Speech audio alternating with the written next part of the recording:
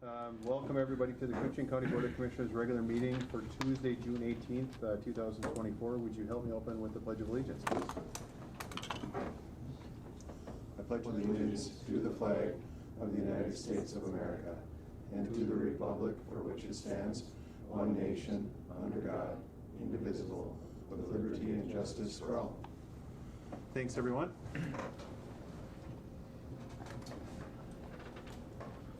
First item of business under county business is to approve the proposed agenda with additions and or deletions. We have neither today, so I'll accept the motion. I'll move. Thank you, Commissioner McIntyre. I'll second it. Thank you, Commissioner Roach. Any discussion on the agenda?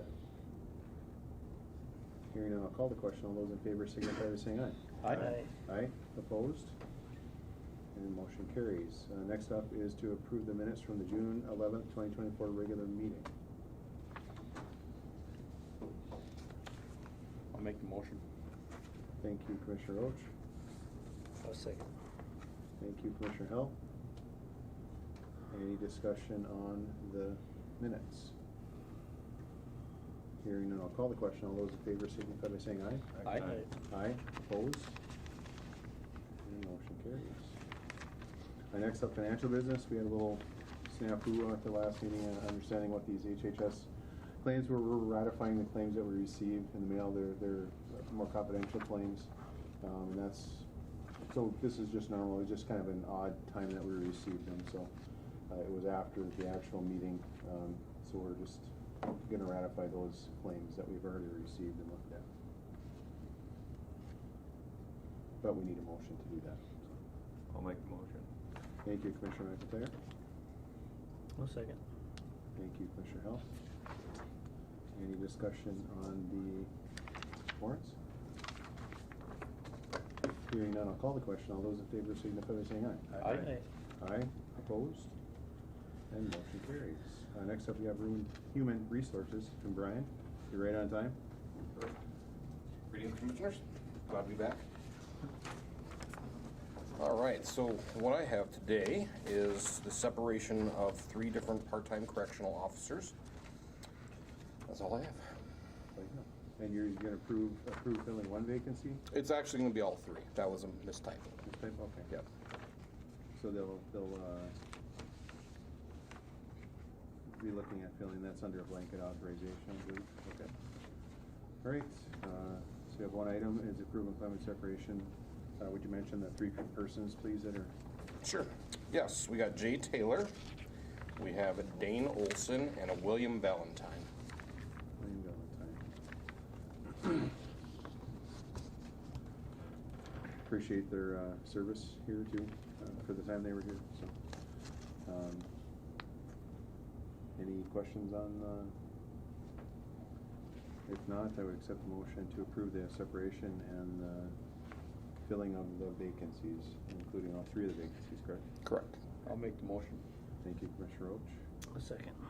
Thank you, Commissioner Hill. Any discussion? Anything else on that? No? Great. Hearing no discussion, I'll call the question. All those in favor signify by saying aye. Aye. Aye. Opposed? And motion carries. Thank you. Thank you, Commissioner. Thank you. Thank you. Thanks. Next up, we have a gaming permit. I remember what it was. Whitetail. Whitetail, that's what it was, for Birchdale, correct? There we Yep. go. Next up, we have to consider approval of application for exempt permit for Whitetails Unlimited exempt gambling. This raffle is going to be on September 21st, 2024. Location is at Birchdale Community Center in Birchdale, Minnesota. Dale Stomping Grounds. Yep. I'll move. I'll second. Thank you, Commissioner Erickson. Thank you, Commissioner McIntyre. Any discussion? Hearing none, I'll call the question. All those in favor signify by saying aye. Aye. Aye. Opposed? And motion carries. Thank you.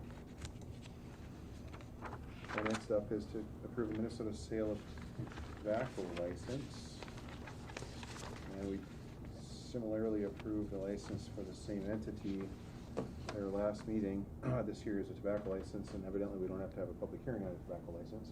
Correct. As we did on the liquor license, but this is for Minnesota Story LLC, formerly Rain Lake Spirits, Snack Attack number 46. This license period is for July 8th, 2024 through December 31st, 2024. And it has been approved by the Sheriff Attorney, Zoning, and Auditor Treasurer. I'll make the motion. Thank you, Commissioner Roach. Second. Thank you, Commissioner Hell. Any discussion on the license? Hearing now, call the question. All those in favor signify by saying aye. Aye. Aye. Opposed? And motion carries. Next up, we have a parking contract. I'll let Adam explain it. He kind of was on the, through Mr. Potter. Sure, yeah, with the jail construction project and taking away part of our parking, we were looking at other solutions for parking options. A couple directors reached out to Gary Potter. He owns the building northwest kitty corner from the courthouse here. And so he has agreed to let us lease that parking space for $0. In trade, we would be responsible for plowing snow in the parking lot. So our goal would be to park our county-owned vehicles over there. I think that would free up 10 spaces or so in the back lot for staff and public.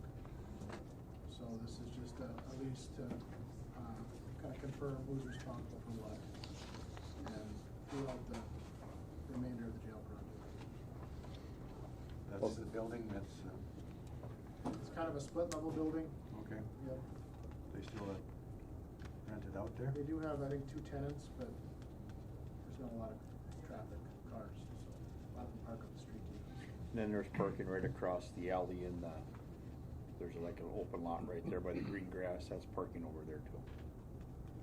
And is that included in this? The parking across the alley is the city's, it's the library parking. Oh. Library staff parking is my understanding. It's signed off that it's for Is it? employees only. We walked They in must have there. just put them on I think there might be 2 spaces that don't have signs, but the rest say for the library, Yeah. but there's 2 that are. they're out. But there's plenty for what we need Yeah. for, so. We'll certainly appreciate Gary stepping up here. That helps us out a lot, so thank you to Gary and leasing us a space here for nearly free of charge, so that certainly is appreciated, and I know we all appreciate that. Hopefully it'll free up the parking lot, like you say, get some extra space back here. It's gonna be a little tight for a couple of years, and summer might be okay because you can park and walk, but wintertime's gonna be a little rough. The parking and walking is a little more dangerous in the wintertime when you gotta park a block away or 2 blocks away and stuff, so everybody kind of be aware and be safe of that, but certainly appreciate Gary letting us do this, so. Any questions for Adam? If not, I would accept a motion to approve the parking lease agreement, and the administration director to sign. I'll make the motion. Thank you. I'll second it. Thank you, Commissioner Howell. Thank you, Commissioner Roach. Any discussion? Hearing none, I'll call the question. All those in favor signify by saying aye. Aye. Aye. Opposed? And motion carries. Next up, Ms. Crosby. All right. And you have a presentation and some information. I do. So I have a presentation, but Adam and I couldn't make our emails talk to each other. So I'm going to cheat and look at it on my iPad, and I'm going to give you guys a handout if I can make this work. What the heck? There we go. Okay. So, give you a handout here quick. So my name is Jessica Crosby, and I am on the school board for School District 361. And I'm here today to only inform. I cannot try to convince or change your mind or anything like that about the referendum that's coming up on August 13th.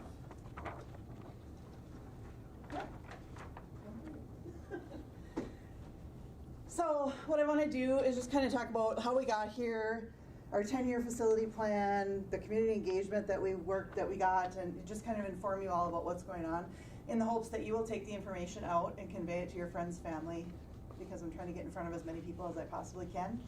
I know there's some misconceptions about the referendum, some misconceptions about how the school board spends their money. I am probably the tightest one on the school board. I question everything, so, and I'm firmly in support of this referendum. So talking about kind of how we got here. So before I was even on the board in February of 2022, the school board engaged an RFP process and went out to bid for like a management company to come in and evaluate all of our facilities. Okay, so there was like 3 or 4 people that responded to that bid. They chose a company called Nexus out of the Twin Cities. So over the course of the next year, so from February 22 to March of 23, that company came up here with engineers, electricians, plumbers, HVAC, they contract out to all these different companies, brought them up here over the course of a year, and went through our buildings with a fine-tooth comb. Literally attic to basement. High school, elementary school, bus garage, arena, stadium, any buildings owned by the school district. So then they came back in March, February 23, March of 23, and the next step then was to survey the staff. So all the teachers, paras, everybody that works at the school. What do you think are our issues, and what do you think we need to focus on going forward? After that was done, then Nexus engaged a community group. So they actually asked us for names. They went out, asked people to join this group, asked them who they thought would be good on the group. So we kind of all walks of life from everywhere in School District 361. So not just in town, but anybody in the district. So they had about 30, 35 people in that group. That group met over the course of 3 months. So they took tours. They evaluated what Nexus had found in their tours and their evaluations. They also, during that time, we sent out that community survey. Many of you may remember getting that survey. Hopefully you filled it out. Where I work, anything less than 100% response rate is not acceptable. But on this survey, we got about 18% response, which they told us, this Nexus told us for this kind of survey was a really good return. They said they usually only see about 5%. So this community group took that feedback, took the feedback from the teachers, took the feedback from what they had gained, and they kind of put together a recommendation list of what they thought we should focus on going forward for our, in our facilities plan. They actually came to us, Nexus came to us with a book, and it's got $40 million worth of improvements that need to be made. And they separated it out. Of course, it's the must-haves, and then the 3 to 5 need to haves, and then the 7 to 10 nice to haves, and they're going to need to do at some point. So we've got this great book that they shared with us, and it's actually on our website. So the focuses from those groups, they said over the next 3 years we need to focus on the building infrastructure, technology, safety and security, ADA, interior finishes, site improvements, and educational adequacy. You probably wonder what the heck that means, educational adequacy. The way kids learn today is not the way we learned in high school. We sat in rows, and the teacher sat in the front, and we kept our mouths shut, and they told us we did what we were supposed to do and took our tests. School's not like that so much anymore. They are more into group learning. There's a lot more group structure in the way that they construct their classes. And our school is not set up like that. So there's a little bit of change that needs to happen with the way people are educated today. So another question that was asked on the survey was, what is our public's appetite for tax increase? Because we all know we're a little taxed out, right? So we put several different questions on the survey saying, would you support $40 million referendum? Would you support $25 million? Would you support 15? And overwhelmingly, 55% of the respondents said they would support anything 15 million or below. So we set our sights and said, okay, we need to focus what we're going to work on in that $15 million or below, because that's what the public will support. So that's pretty critical. So some of the things we want to improve, and I'm not going to go over everything that we need to improve, but one of the biggest things in the high school, our high school is 60 years old. The boilers are 60 years old. They're in really good shape. They have been kept up. They are in great shape, okay? But we do need to do a conversion from steam to hot water.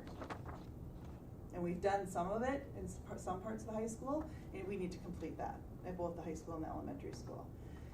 There's sewer pipes in the high school. If you go on the school website, there's actually pictures. It's frightening the way some of those sewer pipes look. So that all needs to be replaced. Data cabling. You all know how fast technology changes, right? They replaced the data cabling in the elementary school and the high school 7 years ago. It's all out of date. So we need to replace all that data cabling. Some of the more exciting things, in the pool. We have got one of the nicest pools in the entire Iron Range. I don't know, I was a swimmer. You were a swimmer, weren't you? Did you swim? Oh. I was a swimmer, so I've been to all the pools in the area. We are one of 2 that has a separate diving pool. It's us in Grand Rapids. A lot of the other pools are only 4 lanes, where ours is 7. Some of the pools, like Ely, are only 20 yards long. Ours is 25. So we've got a great pool, and they've done a lot in that part of the building to upgrade. They've added new bleachers. They've got fans in there. But when you drive past that building in the wintertime, have you seen the white on the outside of the building? Okay, that's not snow, and it's not frost. It's the chemicals leaching through the building. So we need to upgrade the dehumidification system in the pool area very badly to make sure that we can keep that building in the shape that it's in. Kitchens in the high school and the elementary school are outdated. They don't serve meals like they used to serve meals when we were in school. It's very different. Now they serve breakfast and lunch. And in fact, Mr. Grover said last night that we are serving more meals now between breakfast and lunch than we were 10 years ago. So kids are dependent on the meals that they're being served at the school. We need our facilities to handle that. Now, we've kept up. We've replaced things as they need to be replaced. We've got a capital budget for improvements, about $700,000, and we plug away. Our roofs are good. You know, the boiler system, we did that huge upgrade. We did air exchanges at the elementary school. We did the parking lot. So we're keeping up with things, but to do something on this scale, we need the public's help. So the kitchens are going to be reconfigured and all new appliances. And you know, in the high school, when you walk in the front doors to go to a basketball game and the concession area is right there, and it gets all clustered there because you got the bathrooms and you're trying to pay to get in and get your food. So part of this remodel is going to be take that concession area out of that front entryway and put it actually in the cafeteria where it should be. And then we're going to take out the wall, the glass wall between the cafeteria and the hallway, and make it a commons area and a gathering area. So when you come out from a game, people can gather there.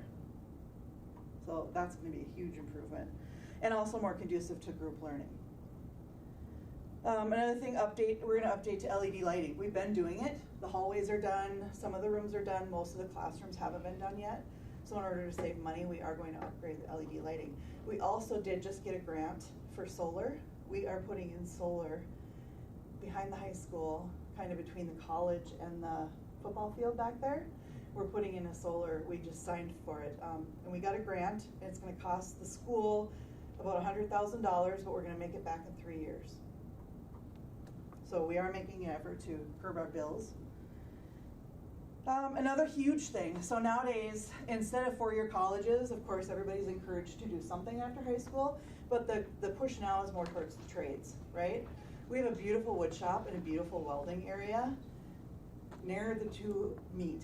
There's no way for them to collaborate on anything, and you've got computer-assisted drafting there too. So what Nexus is proposing is a bay off the back. You know how you can drive behind the high school? So a bay off the back that adjoins those two classrooms.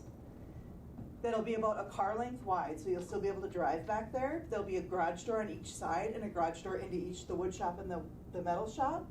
So they can draw it up in CAD, they can weld the frame in welding, and they can do the building in woods. And then they also bring in people to help with electrical and plumbing, teaching the kids that. They can collaborate on that stuff in this bay. So I think that's pretty exciting. At the elementary school, I don't know if you know this or not, but we don't have an elevator in the elementary school. That does not meet ADA requirements. What we've done to accommodate is if we've had a disabled child in any certain grade, we've kept one of those classrooms on the first floor. We've also got janitors that have to lug those big machines upstairs. That's not easy, leaving room for injury.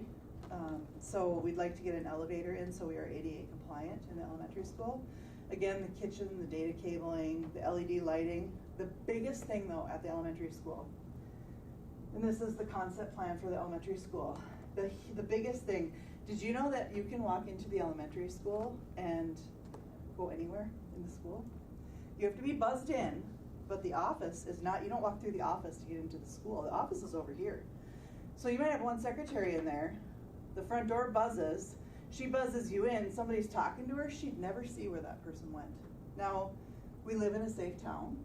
We would like to think that nothing would ever happen here, but we need to take the steps to make sure that it doesn't. So what we're gonna do, on the front of the elementary school, this is the current entrance right here in yellow. This is all new addition.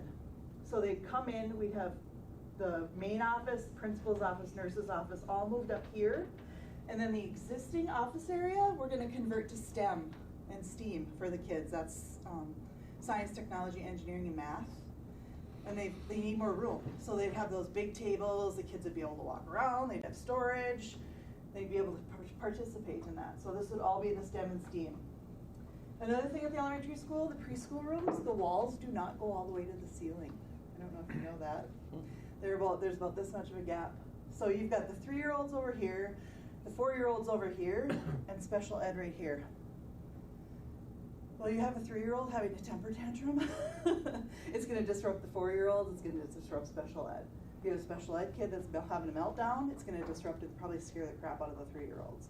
We need to get soundproofing in those rooms and get those walls built up and get them more room to do what they need to do. So, what's going to happen on August 13th? And the reason we sent it, or decided on August 13th, we could have done August or we could have done November for the vote. And not that I don't want to compete with the presidential vote, but August will enable us, if it passes, would enable us to start construction the following spring. Because they have to do planning and get contractors and go out to bid and all that kind of fun stuff. If we didn't vote till November and it passed, we wouldn't make that spring deadline. So that's why we're doing it in August. So the first question is going to encompass everything I talked about. And that's 14.2 million. Remember how I said we did the survey and people said their tolerance was about 15 million? We're asking for 14.2. So there is a second question on the ballot. The second question does not pass unless the first question passes. The second question is asking for an additional 4.2 million to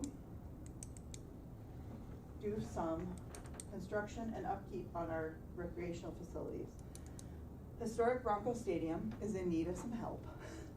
I don't know if you've ever gone to the bathroom when you're at the football games, but it's not a very nice experience because the bathrooms are really old and really outdated. So we need to redo the bathrooms. There's also, I don't know if you know this, there's locker rooms underneath the stadium. I don't know if you can really call it a locker room because it's just benches on a wall. There's no ventilation. There's like a bulb in the middle of the room. So upgrading the locker rooms. And then there's some work that needs to be done to this facade so that we can maintain it and keep it looking as good as it possibly can be. The arena. As you're looking at the arena from the parking lot on the west side, which is the right side as you're looking at it, where the football team practices, we are proposing an addition. Would be varsity and JV locker rooms for both girls and boys hockey with storage down here. Doors to the inside of the arena, also to the exterior, because these locker rooms and these storage areas will also be used by softball, baseball, cross country, and football. Right now, there's football equipment that they practice with that sits outside. It needs to be inside. It can be inside here. So this is an additional so we're still under that 15, because we were at 14.2, and we got 4.2, so we're at, what, 14.8? Or 18. Oh, I'm sorry, we're just a little over the 15, 18.4. We're just a little over the 15. So then everybody wants to know, what's it gonna cost me? Well, the study Nexus did, the average home cost in the district, now not in town, but in our district, is about $161,000. Okay? If you have a $161,000 home, option one, which is doing what we're proposing to the two schools, is gonna cost you about $8 a month. If you vote yes to option two, it's gonna add another $3. So $11 is about the cost of an expensive cup of coffee. Or it's even cheaper than lunch at McDonald's or Hardee's. I mean, I know you can't go to lunch anymore for under $15 practically. And that's just kind of, I'm just trying to put it in terms that people can relate to. On our website, there is a calculator. There's a residential, business, agriculture, and recreational calculator. So you can go in and put the value of your property, and it will tell you exactly what the increase would be. So we did it this morning at the Rainy River Foundation board meeting, and we put in $300,000, and it was $10 and $5. So $10 for question one, $5 for question two a month. So really, I know the tax tolerance is low, but it really, if you think about it in the grand scheme of things, is not that much.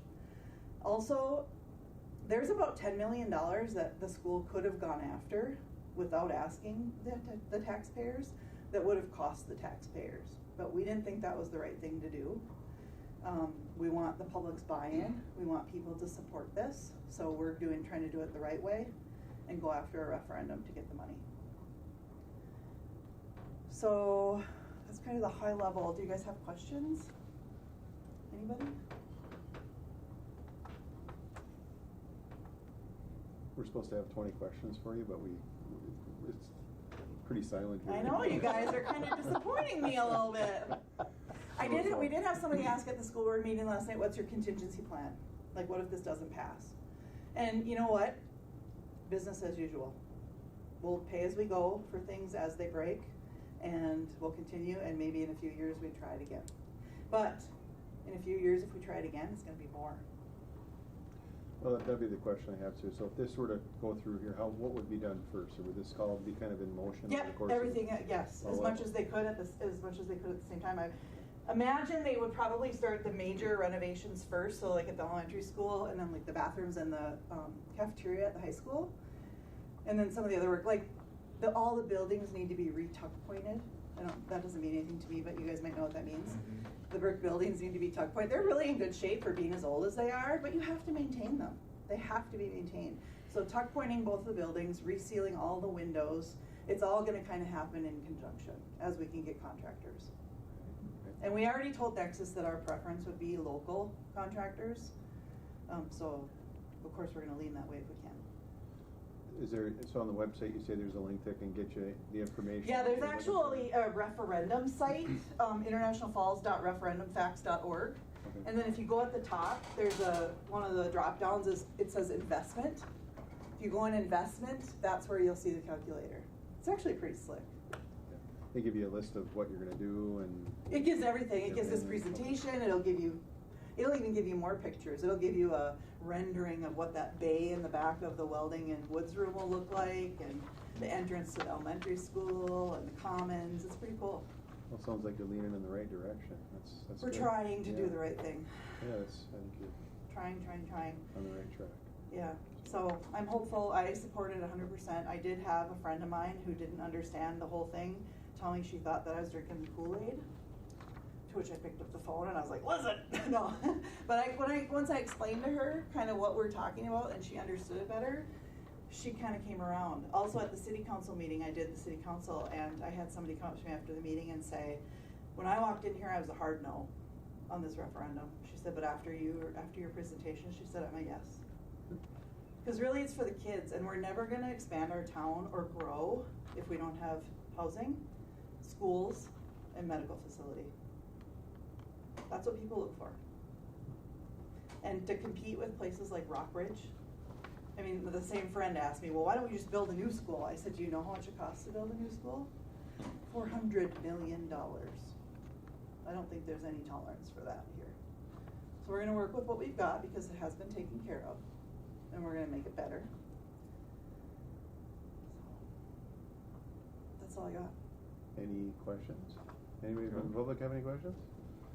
That was a good presentation, thank you. Thank Yeah, you. did a great Great. job. I appreciate the opportunity. Please, if you can think of anybody else that would benefit from this, I'm happy to come and talk to anybody. I want to get the word out. I want people to be informed and make an informed decision. If you vote no, that's okay. Vote no. You got to do what you got to do, but at least do it for the right reasons. Right, yep, absolutely. Well, good information, appreciate you taking the time. Thank you. Appreciate you having me. Thank you. Yeah. You said 14.2, your handout says 13.9. Yeah, it was What went down through 14.2 with the architects and all that other Okay. BS that had to go on top of it. Yeah. there? 14.2. Yeah, it's 14.2. 14.2 and 4.2. So for question 2. Okay. Yep. Thank you. It would essentially be the same cost as the jail edition, but on the taxpayers of $361. Yeah. Because it'd be over, that's about the number that started for the jail edition, right? And then we ended up, everybody tells me 30% over. Yeah. Well, like I said, if we waited 2 years to do this, it's Yeah. probably more like 19 million Or more. or more with the way things are going up. So Yep. anyway, thank you for your time. Yep, thank you very much. Appreciate it. And if you have any questions, don't hesitate. My email and my phone number are on the website. Okay, that was one question, your contact information. It's all there. Okay, sounds Yep. good. Feel free, Facebook, whatever. All right, thank you Thank much. you. Thank you. All right, thank you, Jessica, for that update and presentation. Next item is a Manco Trucking request to speak to the board. And we have Lori. Lori? Lori, Yes, hello. afternoon, everyone. It's been just about a year since the trailer fire. Really hoping to put this behind us. This one down. So the reason I want to speak to you guys today is because after all the rigmarole between the insurance companies and everything, our insurance company did end up paying for most of the trailer. You guys as an insurance company paid, I want to say it was about 80,000, maybe a little more, 83 I think I heard Matt say at one point, and I think our insurance company ended up reimbursing 70 something in that area. I don't have an exact figure, but with that, we ended up getting a $5,000 deductible bill in the mail because you have deductibles with insurance. And I guess I would like to see the county step up and take some kind of responsibility for this fire. It was not our fault. We did everything we could in our power to get the trailer put out, not have garbage leak onto the public highway, made sure the guys at the transfer station were ready when we brought the trailer back to unload it, continue to put the fire out that was still smoldering. Looked at the trailer, just basically did everything that we could to minimize the damage for a fire that we didn't essentially cause or start. And so I guess I would like to see the county take some responsibility for the fire and pay this $5,000. Second reason is, if I wouldn't have been at that board meeting, I don't think you were here yet on board, but when we were talking to Matt, and I kept asking him, what's the salvage value? What's the salvage value of that trailer? And he wouldn't find that out until you guys said, we want to know the salvage value. That was only $5,000. So you ended up getting the money, plus you fixed that trailer for only $17,575, plus you fixed K90 for another $52. So minus the 5% the person who did the refurbishing gave you, you fixed both trailers for under $65,000 and pocketed about $16,000 to $18,000 from that. And if I wouldn't have pushed to get that salvage trailer, Matt had told me many times that he was not interested to have that trailer. So you're requesting that we pay your deductible, that was from your insurance for Yes. this fire? Yep. The wishes of the board. I would make that motion. Could've been a lot worse. Well, If, it could have been, I mean, I but understand that the insurance companies fighting against each other, and that's just wrong. They done nothing wrong. They saved us a lot of money by Put the fire out. getting away. And I agree with that. Also, the only other thing is, I don't know, we start getting into spots where we start paying people's deductibles every time something comes up, and that's probably not good for the county to do that. But I agree with, I mean, they do an excellent job. I agree with everything, but that part right there has me a little worried. What's our county attorney have to say? All I know was what was on the agenda. I know I was asked to do a legal opinion on buying back the trailer for salvage value. But I agree with Commissioner Howell. We have no control over what you set as your deductible. And I mean, without more documentation on liability, how MCIT was able to go after your insurance. It's a dangerous precedent, a slippery slope for us to pay anybody else's deductible. That's what insurance is there for. But we're not responsible for the contents of the trailer. We never I have been, agree, and we never I agree with you were. 100%. That was it wasn't a good deal for Manco. But, like I said, that's the part that gets me worried, is just paying. If we start that, then it might not stop. Can we bring this to a committee? Discuss it more?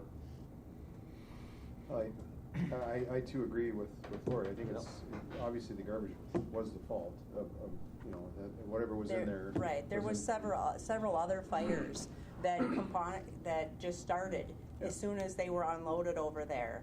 Yep. Within like a 2-month period, there was like 2 or 3 other fires at the landfill. They're prepared for it, so as soon as it comes out of the trailer, it gets air, poof, it starts on fire. They're right there with the cat and they're extinguishing equipment. So, I mean, we could have been looking at more than one fire, which I'm not blaming the people at the transfer station. It's the public, and then on top of tearing down the old houses and all that kind of stuff, you just don't know what you're gonna get in there, and we're not responsible for that. So the fact that our insurance, for one, is already gonna go up because now we have this $70-some thousand claim, and now we have to eat a $5,000 deductible for something that was never our fault to start with. Plus, it took us months and months of going back and forth between me, Matt, and our attorney,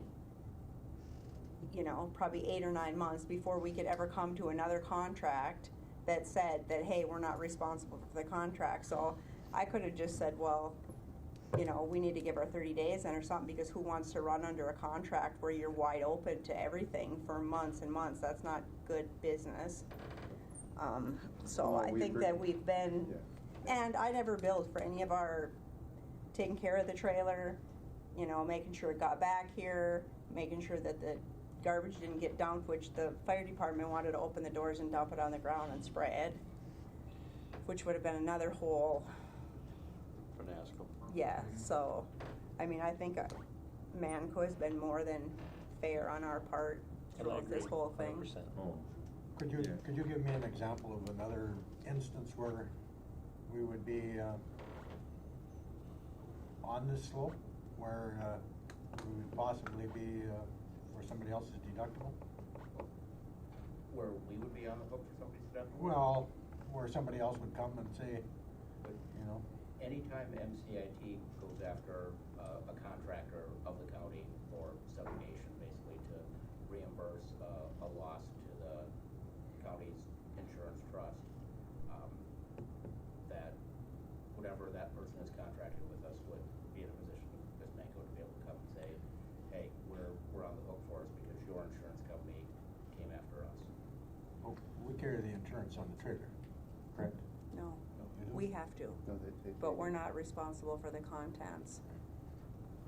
I just wonder if there's another way that we can approach this. maybe, and I don't, maybe I'm just thinking, gonna think out loud, but if, could we have some type of a, I hate to mention contract, but within the contract that was just signed again, is to open that up and maybe add a paragraph of deductible language, and add some monies to the contract for deductible, above and beyond the original contract? Is that something that you'd be open to? Well, I don't think it will ever happen again, because Oh, no, no. against the attorney, we still Right. came to a contract that says, is crystal clear in there, that we are not responsible for the contract, the contents. And if that would have been in the first one, Yeah. our insurance company would have been out of it to start with. I mean, we all know that this was the county's responsibility to start with. Yeah. In my mind, I can't understand where another person could come with this and have this same thing happen. I mean, I'm trying to think how this could happen again, because there's, Well, the only you thing know. would be, let's say one of the pickups is going down the road, right, and you get into an accident. One of our trucks run into someone else, and then the insurance companies start fighting. That's the only thing, I'm just thinking, we could open a can of worms there. I agree with you 110%. Go ahead. Not to interrupt, Commissioner, but there are like 3 questions floating around now. Commissioner Roach, yes, this is something that could be brought to a management committee to discuss and get the documentation and talk in more detail, but I believe Commissioner Erickson has already. Well, we have a motion on the floor, so we have Yeah, to there is a kind of motion on hold, the we have to floor. hold that motion. We can technically have a second for discussion is what we should have, if, or, you know, it can go to a second or not a second, or we can go to a second, have discussion and have a vote. But there is a motion standing from Commissioner Erickson, so technically, if we're gonna follow the rules, we should be having a second for discussion of what we're doing here. So, I mean, if we don't have a second, well, then we do something else, so. But I think Lori's explained very well, and I think, you know, we agree, you know, to a certain extent, that yes, it wasn't their fault, obviously. I mean, it's really kind of hard to pinpoint anybody's fault. It's just a educational type thing, I think, for getting, you know, putting what you're putting in there, whatever it is. And I just think too, sometimes it's just probably spontaneously, all this stuff working together. I think it actually. I think most of the time they say it's batteries, you know, people throw Right. batteries away, and Right. lithium Short out. batteries, and, yeah. Right. So I mean, and I also agree. I also agree too. This is kind of a slippery area to get into when we start doing deductibles. I'm just wondering if there isn't any other area that we can look at, and I would agree with Commissioner Roach too. We certainly can bring it to management. You can certainly be welcome to attend that. You know, maybe we can have a preliminary discussion, invite yourself and whomever you'd like into that, and maybe we can get it figured out. Is there any timeline on this deductible here?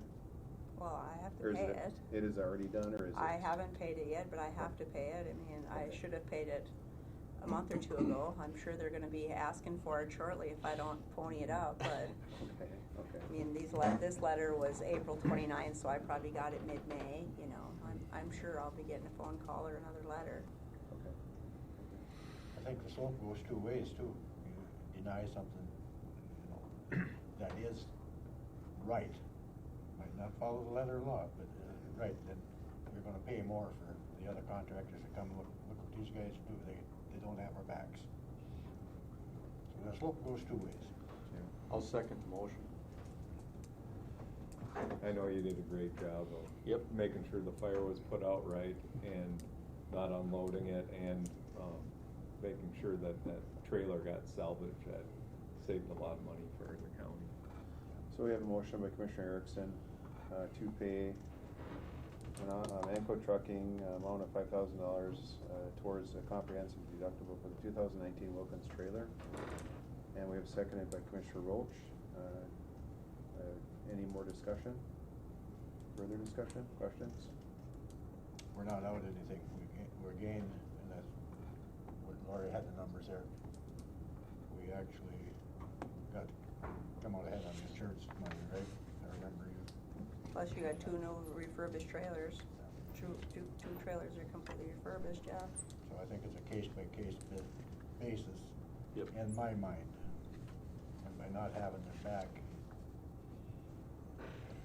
you know, but with the realization that it's case by case. Next one to come along might not have this circumstances. Yep. Slopes go two ways. Any further discussion? If not, I'll call the question. All those in favor signify by saying aye. Aye. Nay? That'd be nay. I agree. 41, okay. I agree with you, Lori, on that. I'd like to see if there's a different way that we could have done it is all, so. Yep, I understand. But we're good to go, we're moving forward, so. Okay. Thank you for coming in and, so I appreciate you. Like I say, I know you took some time with that contract and I do appreciate that too, because it's a big deal. It's a lot of money for the Yeah, county. I It's a think lot we of, ended up 6 you know, drafts in before. Yeah, and I was conversing with Matt about different things within that contract, you know, off and on, here and there, and appreciate you kind of giving us 60 days within that, which is really nice of you to do that. And, you know, so maybe it works out like this year, and hopefully we can continue to have this good relationship too, so. Right. But, I do have one more question for you. So, the trailer that actually burned is a 2019, and it's completely refurbished. And now we have that sitting over there, and it's a salvage trailer only, and I just cannot, I've talked to Matt about this, and I can't understand why we're leaving a 2019 trailer sit at the dock to be pulled 6 times a year, and now the garbage trailers that are going steadily, we're gonna pull a 2010. I don't understand that. The reason he gave me was because your guys' insurance won't insure that trailer now because it's been, Salvage title? Yeah. right, but you guys aren't the one insuring it, I am. So I don't quite understand I the would say the logistics. 2010 should be sitting at the dock and the 19 should be running, because nothing structural on that trailer was hurt. Nothing. It's just a question. He just doesn't really ever give me an answer except for that insurance thing, and I've told him that you don't have the insurance on it, we insure it. Yeah, you guys tip it over, your insurance pays for it. Exactly, right. So, can it be structurally safetied? Is that a possibility? If it's safety, I don't see the reason, whether what the title is on it, doesn't matter. The trailer's DOT'd. Trailer is DOT'd and is road licensed and roadworthy, what difference does it make? I mean, if somebody truly thought it was unsafe to go up and down the road, we would be the first ones saying, no way, we're not pulling that thing, you know? I mean, we're very, very safety conscious, so we would be the first ones to say that there's no way we're not pulling it. But the fact is that we could have had, if Matt would have brought the trailer over to us and instead of let it sitting there, we could have redone the lights, redone the plastic lids, and that trailer could have been going up and down the road minus the paint like 2 days after the fire. Literally, it could have, but he just refused to do anything except for exactly what the adjuster said. So I just don't understand why we're leaving a newer trailer. Well, we'll look into it. So, We'll have okay. some questions. I'm sure there'll be a couple people here that are gonna ask a question, and I know, the beginning part, I can't speak to that. It may have been something to do with insurance, perhaps, is all I can think of, and, you know, we wanna make sure we have, Right. do the Even right if- thing too, right from the Even get-go, if too. something's totaled, you can have it inspected and have the salvage title come off of it, so that is still not Salvage even- title never comes off. It's always stamped previous salvage. Right, but, You can run, I do it on my cars all the time, I run full coverage insurance on a Right. previous salvage car, and it's not a Exactly. problem. right, yeah, anybody who's dealt with some I would have insurance. a long talk with my insurance, well, maybe a short talk with my insurance people, that, doesn't seem like they, maybe fought very hard on your side. My insurance company? Ended up paying some of it. Oh, tooth and nail, had 3 or 4 different attorneys look into everything, and They still lost. well, they didn't lose, they just They just decided gave up. not to go to court. And that's the whole problem. There is a level where, been that way for years. It's easier to. More confident to pay them, get rid of them. It's not Right. like They figured that going to court would cost Doesn't mean it's more right. than It's just- to pay it. It's a monetary thing. Mm-hmm, yep. It is. Anything Yeah. else for us? Nope, that's it. Okay, well, All thank you very right. much for Yeah. coming in. Thank Thanks, you. guys. Thank you.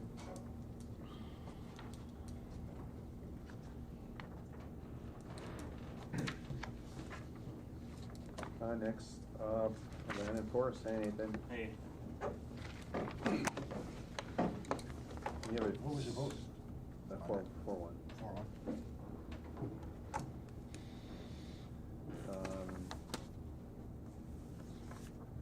First up is joint powers agreement for DNR. Yep, so we are looking for the board to authorize our signatures on a joint powers agreement with DNR, Division of Wildlife.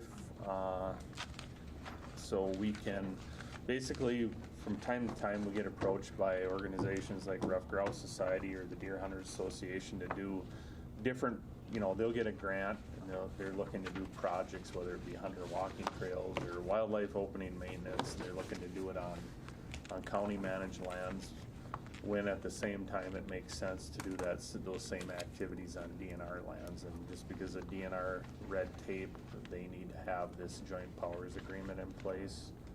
So those activities can be concurrent with each other, both while it's taking place on our land and on DNR land. So it doesn't really obligate the county to do anything. It's just when these instances arise, and a number of the other counties that are managing forest land have these in place with the DNR already. So.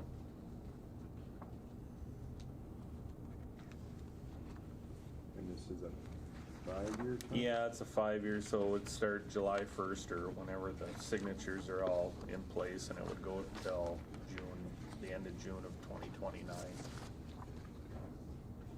Looks like county attorney has given a thumbs up on it. Yep. And anything further on it? No. Nice. What should we go to the board? I would make that motion. Thank you, Commissioner Erickson. I'll second. Thank you, Commissioner Howell. Any discussion? Hearing no discussion, I'll call the question. All those in favor signify by saying aye. Aye. Aye. Opposed? And motion carries. And next we have some bat news. Yeah, so this has kind of been a long time coming. I know I've talked to the board a couple of instances about this. As you'll recall, it kind of started with what's referred to as the northern long-eared bat, but now there's a couple of other bats, the little brown bat, the tricolored bat. They've all been listed as endangered under the Federal Endangered Species Act. So that was last year they got listed. We've been anticipating this. They were listed as threatened prior to that. So all land managers were kind of operating under the guidance of the U.S. Fish and Wildlife Service, what they called the 4D rule. It was some mitigation measures that we would take when we were doing forest management activities on the landscape, and that's so what had to happen is the DNRs of Minnesota, Wisconsin, and Michigan, they all got together and they developed what's called a habitat conservation plan. Basically a fancy document to say these are the activities, or this is what we're going to do to mitigate the incidental take of these bats during our forest management activities. So it took them a few years to develop that draft habitat conservation plan, submit it to U.S. Fish and Wildlife Service. Fish and Wildlife Service reviewed it, they approved it, and then the 3 DNRs of those 3 states were issued what's called an incidental take permit. So they calculate, they estimate by, if we harvest this many acres of timberland in each state, this is how many of these bats that we may unintentionally harm or kill during the activities. So basically, now that the bats are listed as endangered, to do these activities year round, we have to be covered by the DNR's, the Minnesota DNR's incidental take permit. So they told us about a year ago they were going to come up with this landowner enrollment program, which we're looking to enter into today, that basically gives county lands coverage under their incidental take permit. So if the board approves this today, we have a bunch of information on an application that we have to submit to the DNR about, a 5-year average of, harvests that we're going to anticipate on our lands, how many miles of road we're gonna anticipate of building or maintaining, and then, you know, prescribed fire, we don't do prescribed fire on our land, so that one should be minimal, but it's basically the measures that we have to, the conservation measures that we have to take are things that we're basically doing already, following the forest management guidelines. We don't have any known roost trees or hibernacula in Koochiching County at this point, but if we did, if there were known locations, there's buffers that we have to leave around those features that are on the landscape. So this is basically the incidental take permit that was issued to the DNR is a 50-year permit. So basically, by enrolling the county lands, it's it would be good for 50 years unless we, for some reason decided to take them out before that. But if we don't enroll or we take them out early and these bats are still listed as endangered, we're opening ourselves up to potentially some lawsuits, or our activity window is going to be very, very minimal, basically in the winter time. So. Yeah, we've had discussions about this. It's quite an area that they actually have to protect around, it looks like. Yeah. The roost trees, it's a 150-foot buffer, and if we had hibernacula, like the biggest one around here is the hibernacula, or the caves where these things hibernate over the winter. The closest one to us is the Sedan underground mine. And kind of a little more backstory on this. So what has really decimated these bat populations is what's called white nose syndrome. It's a fungus, and they get this fungus when they all congregate, when they're hibernating over the winter, and it irritates them. They wake up, they fly out of the cave, and in Minnesota, they're a dead bat in the wintertime. So that's really what's decimated the population. It's not forestry and construction, but now that they're listed as endangered, these extra protection measures have to be in place. So yeah, that's understood. That's you got to do it. I know it's kind of but they get on the endangered list. I think it's important to take those measures too. Yep. Follow the rules and. So they'll assuming we enter into this, there'll be annual compliance reporting that we'll do. One of the questions they ask on the application is, are your lands certified, your forest lands certified third party? And our lands are under both certification schemes, so I would hope that'll go a long ways. Thanks for that. Yeah, so. Yeah. Well, that's good. No, I think, like you say, I think you're probably already ahead of it and looking forward to this for a while. So. Yeah, hopefully, so. Yeah. And I don't know, at some point within, I would assume there's some point where they're basically extinct, and then they take them off that list. The population is just absolutely took a nosedive, so we'll see where things go, but for now, it's I think it's good business for the county to get underneath the incidental take permit. Well, we're basically on the fringe, because it's northeast U.S., so it's heavy. Yeah, it's a forest-dwelling bat, or a hardwood forest-dwelling bat. They prefer older hardwood trees over conifer trees. So and if you get west of us, you get the Dakotas or even western Minnesota. Like you say, we're right on the fringe. So I would not, because of that though, I would never see them coming off the endangered species list unless they do it on a state-by-state basis, and I don't do that today. Yeah, I know there was some actually. Senator Klobuchar and I think Tina Smith both last year, they kind of made a plea in D.C. to kind of exempt forestry activities because this is not the cause of the decline of the population, but they weren't successful. So who knows when administrations change if that may change too. So, or if and when they do. So.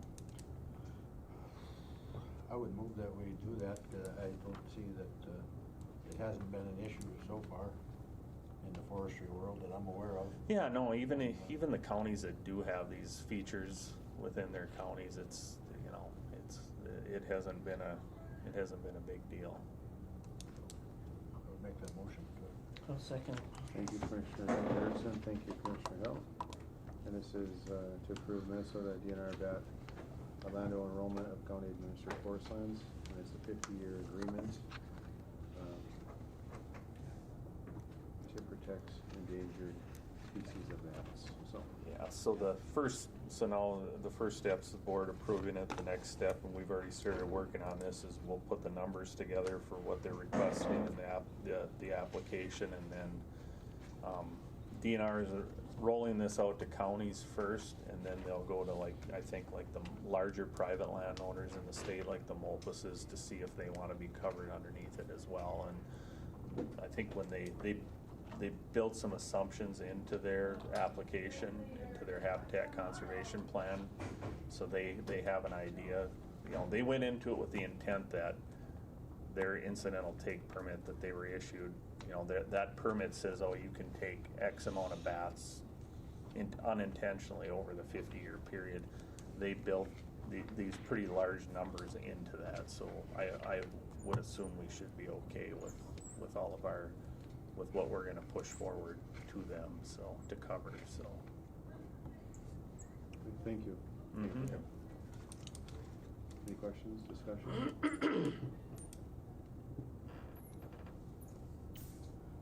Nope. Hearing none, I will call the question. All those in favor signify by saying aye. Aye. Aye, opposed? And motion carries. All right, thank you. Thanks. Nathan. Highway business. Hi, Trent. Hello. Everyone noticed it was sunny outside until You know, Len it's- walked in? It's really odd, yeah. It's not that late. So we have a few, you have a few awards here. Yep, 3 bids to award. All right. First one, award project CP 2024-02. This is our Happy Land crushing project with a bid alternate in the Parson Pit, south of Little Fork. Some background, we got authorization to bid this project. Bids were opened on May 28th at 2 p.m. Received 3 bids. I guess engineer's estimate for the base bid was $334,000, and engineer's estimate for the bid alternate A, Parson Pit, was $136,000. Like I said, we got 3 bids. Northern Aggregate came in at 58% of our engineer's estimate, $194,930. That's an amazing bid for us. It really is. Basically, they bid on it per ton, of course. What is it? 357. $357, which is about $5 a cubic yard. So the multiplier with aggregate is 1.4. So there's 1.4 tons in a cubic yard. And then they also came in with a bid of, let's see, where's that here? $100,050 for bid alternate A, which, like I said, had an engineer's estimate of $136,000. Would recommend awarding to Northern Aggregate for those prices. $194,930 for the base bid, and then the $100,050 for the bid alternate A. But I would also request authorization for us to go back to Northern Aggregate and increase some quantities. I think we're not going to see bids like this again for, well, maybe ever. Yeah. What are you thinking? I'd like to increase it by 20% or 25%. I have had preliminary conversations with them, and they said, whatever, we're here for you. We'll do whatever. But if they're already there, we might as well get what we can get. Yep. Yep. But I want to keep it reasonable. Yep. I don't want to double our quantity or anything like that. No. Of course. Yeah, so Yeah. the Parson Pit project, half of that cost is for us, for land and forestry. So we'll be paying half of it. Yeah, I'm in a total agreement with Trent. If we can get more quantity,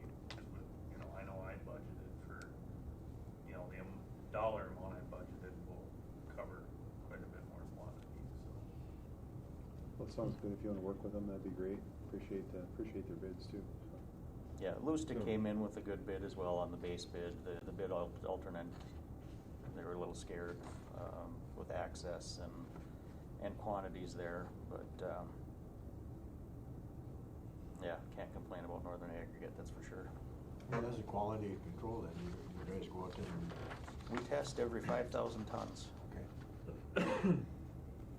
Is it gonna be enough rock out there for him? What's that? Enough rock out there for him? Oh, yeah. And Yep. alkaline? Yep, we found some good veins of material. So we've got sand, we've got rock, and we got clay. Perfect. And then we've also got recycled aggregate, or the recycled bit in the plant, or in the pit. And then actually from Lakes Concrete, we're gonna get some concrete as well, some stuff for the just dumped on the ground. Great. Wishes of the board. I'll make the motion. I'll second it. Thank you, Commissioner Howell. Thank you, Commissioner Rowe. Mr. Chair? Yes, please. So the motion is to approve the project as, or award the project as bid and authorization to increase quantities Yep, Doug. within budget, basically. So there's, that was your, Yep, the authorized highway department to award CP 2024-02 and 2024 half-fill and gravel crushing and alternate A Parson pit crushing to Northern Aggregate, and then with the additional quantities, approximately whatever the. Yeah, I would just say like you did, Within within the budgeted amount. because they budget, I mean, I If don't you think it'd split go that the- high, but that would give us Yeah. the stopgap. Yeah, if you split the difference between the engineer's estimate for both of them, it would be That was Helen Rich. for another, Yes. 100,000. You split the difference, 98,000. Is that okay? Is that okay on your guys' motion? Yep, absolutely. Okay. Anything else on that one? They'll spend more than they got. That sounds good. Appreciate the bid. Really do. Thanks So, for. Hearing no other discussion, I'll call the question. All those in favor signify by saying aye. Aye. Aye. Opposed? And motion carries. Good work. Item number 2 here is award project CP 2024-03. This is our crack seal and mastic repair project. Roads we're focusing on this year would be the south end of County Road 8, County Road 22, County State Aid Highway 22, which runs on the back side of Little Fork, and County Road 77, County State Aid Highway 79, Forsyth Road. Open bids on May 28th at 2:15. We received 4 bids. We had a wide variety of bids here. Pretty significant swing in funds, but Lot Pros was the lowest responsible bidder at $397,945.95. Again, they were below the engineer's estimate by about 8%. Our engineer's estimate was a little over $434,000. We've worked with Lot Pros in the past and had good success with them, so would recommend awarding to Lot Pros for that $397,945.95. Okay. Can I get a motion for that? I'll make the motion. I'll second. Thank you, Commissioner Hill. Thank you, Commissioner McIntyre. Any discussion? Hearing none, I'll call the question. All those in favor signify by saying aye. Aye. Aye. Opposed? And motion carries. Thank you. And final project is, final RBA is award project CP 2024-04. This is our annual striping project. Again, open bids on May 28th at 2:30 for this project. We received 2 bids, which is great. In the past, we've only received 1 bid from Sir Lancelot. It's nice for them to finally have some competition here. You like the name.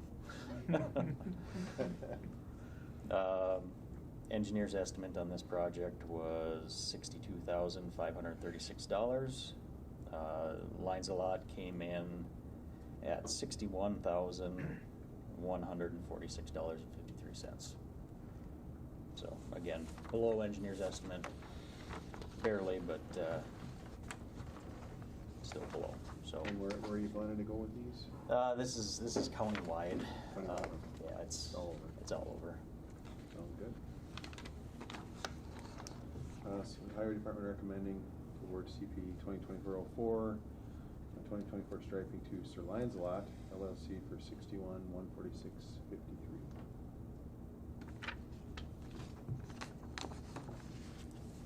Make the motion. Thank you, Commissioner Hall. Okay. Thank you, Commissioner McIntyre. Any discussion? Hearing now, call the question. All those in favor signify by saying aye. Aye. Aye. Opposed? And motion carries. Thank you. Excellent. Thank you, Clint.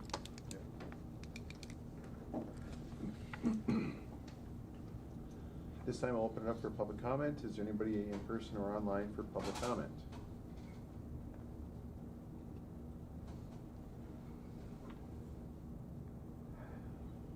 Hearing no public comments, I will ask for any further business?